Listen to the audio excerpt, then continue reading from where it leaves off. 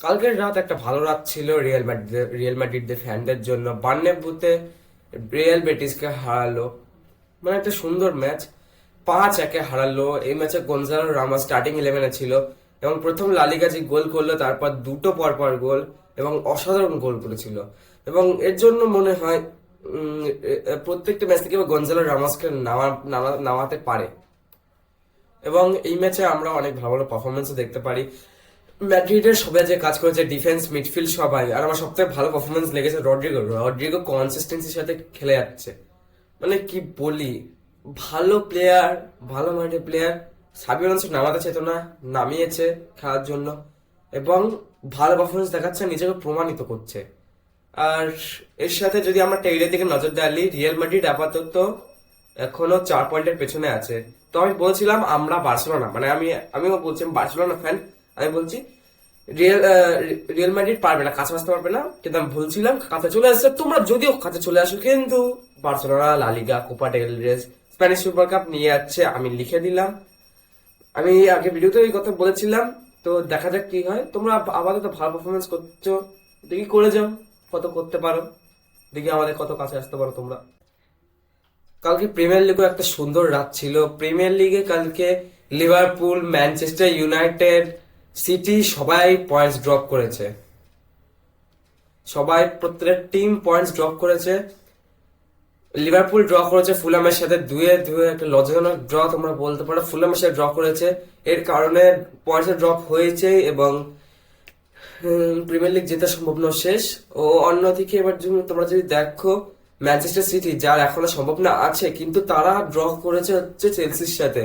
Enzo ফার্নান্ডেজের একটা দারুণ গোল last মিনিটে চেলসিকে 1-1 দিয়ে দিল সিটির সাথে, ও ম্যাচটা ড্র হলো এবং দুটো টিমে 1 পয়েন্ট পেলো। কিন্তু এতে ক্ষতি হলো হচ্ছে সিটির এখন আর্সেনালের সাথে সিটির হচ্ছে 6 পয়েন্টের ডিফারেন্স অলরেডি হয়ে গেছে।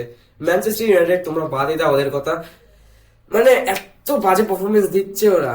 আমি কি বলবো, লিডস ইউনাইটেডের সাথে ড্র করলো এবং কি বলি আর কি বলা যায় ওদের। লিডস ইউনাইটেডের সাথে ওদের ড্র মানে একটা একটা লজ্জাজনক ব্যাপার। লিডস ইউনাইটেড ফর্মে নেই, তাও ওদের সাথে ড্র। ম্যানচেস্টার ইউনাইটেডের জন্য এখন যে অপোনেন্টই পাঠিয়ে দাও, যে যে টিমকে, এখন থার্ড ডিভিশনের কোনো টিমকে পাঠিয়ে দাও, ওদের জন্য ওটাই কঠিন হয়ে যাবে। মানে বুঝতে পারছো অবস্থা কেমন? এবার যদি আমরা টেবিলের দিকে নজর দিই, তা তোমরা জানোই এই যে আর্সেনাল 6 পয়েন্টের লিড নিয়ে, তো আমরা বলতে পারি এই যে আমি যেটা প্রত্যেকবার আমার শর্ট ভিডিওতে বলি, আর্সেনাল অলরেডি প্রিমিয়ার লিগ জিতে গেছে। এবং ফুটবলের দুনিয়াতে একটা রুমার বেরোচ্ছে যে রড্রিগো রড্রিগো কি আর্সেনালে যাচ্ছে। রুমারে সোর্সের দ্বারা পাওয়া গেছে কি আর্সেনাল মনে হয় 50 থেকে 60 মিলিয়ন ইউরোর অফার দিয়েছে রিয়াল মাদ্রিদকে রড্রিগোর জন্য। এবার রিয়াল মাদ্রিদ দেবে কি দেবে না, এটা ওদের উপর নির্ভর করছে, কিন্তু এটা সোর্সের দ্বারা পাওয়া গেছে। কিন্তু আমার মনে হচ্ছে রিয়াল মাদ্রিদ ছাড়বে না, কারণ তুমি তুমি দেখো আজকে রিয়াল মাদ্রিদে যা পারফরমেন্স দিল রড্রিগো, মানে ওর উপরে ছাড়তে পারে। এক একটা ম্যাচে কনসিস্টেন্সি দেখিয়ে যাচ্ছে, কিন্তু আমার মনে হচ্ছে না রিয়াল মাদ্রিদ ছাড়বে। অন্যদিকে মনে হচ্ছে দেখি কি হয়। আর অনেকে ট্রান্সফার এক্সপার্টও বলেছে যে রড্রিগো হয়তো ছাড়তে পারে। তো তোমাদের কি মনে হয় এই ট্রান্সফারের মধ্যে, আমাকে কমেন্টে জানাও। তো বন্ধুরা, এখন একটা মানে বাজে খবর আসছে, তোমরা বলতে পারো। রিয়াল মাদ্রিদের নতুন স্টার গনজালো গার্সিয়া এত ভালো পারফরমেন্স দিচ্ছে, মানে রিয়াল ব্যাটিসের সামনে এত ভালো পারফরমেন্স দিয়েছে, মানে কি বলা যায়। কিলিয়ান এমবাপ্পের জায়গায় খেলছে। কিলিয়ান এমবাপ্পের নি ইনজুরির জন্য গনজালো গার্সিয়া খেলছে কিলিয়ান এমবাপ্পের জায়গায় এবং একটা ভালো পারফরমেন্স দিয়েছে, যা পারফরমেন্স দিল কালকে রিয়াল ব্যাটিসের সামনে। এখন সবাই এই কারণে এই পারফরমেন্সের জন্য এখন তুলনা করছে কি কি গনজালো গার্সিয়া কিলিয়ান এমবাপ্পের জায়গায় খেলতে পারে। কিলিয়ান এমবাপ্পের জায়গায় খেলতে পারে, অনেকে তো এখন কম্পেয়ার করা শুরু করে দিচ্ছে কিলিয়ান এমবাপ্পের সাথে।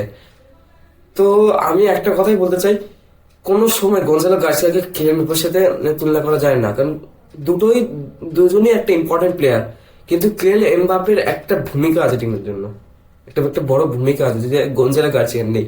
আমি কাউরই অপমান করছি না, কিন্তু আমার মনে হচ্ছে না এখানে গনজালো গার্সিয়ার সাথে কিলিয়ান এমবাপ্পের তুলনা করা যায়। তো তোমাদের কি মনে হয় আমাকে এইসব ব্যাপারে কমেন্টে জানাও।